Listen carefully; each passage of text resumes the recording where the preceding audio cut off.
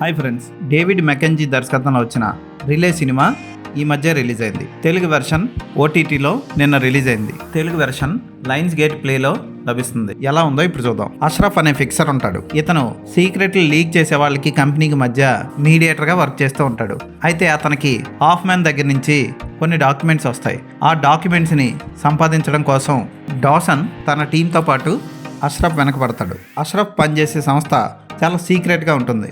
కీబోర్డ్లు ఉపయోగించి టైప్ చేసి వినికిడి శక్తి లేని వాళ్ళకి హెల్ప్ చేస్తూ ఉంటుంది. అలాగే సీక్రెట్లని దాస్తూ కస్టమర్ని ప్రొటెక్ట్ చేస్తూ ఉంటుంది. అలాంటి సమయంలో సారా గ్రాంట్ తన కంపెనీలో ఉన్న సీక్రెట్ ఒకటి బయట పెడదాం అనుకుంటుంది. వీటి మీద చేసిన ప్రయోగంలో ప్రజలు క్యాన్సర్ బారిన పడి చనిపోతారని ఆమె చెప్తుంది. ఆమె సంపాదించిన డాక్యుమెంట్స్ అన్నీ ఎలాగన్నా సరే ప్రభుత్వానికి తెలియజేయాలనుకుంటుంది. దానికోసం అష్రఫ్ సాయం తీసుకుంటుంది. అయితే డాసన్ టీం సారా వెనకపడుతూ ఉంటుంది.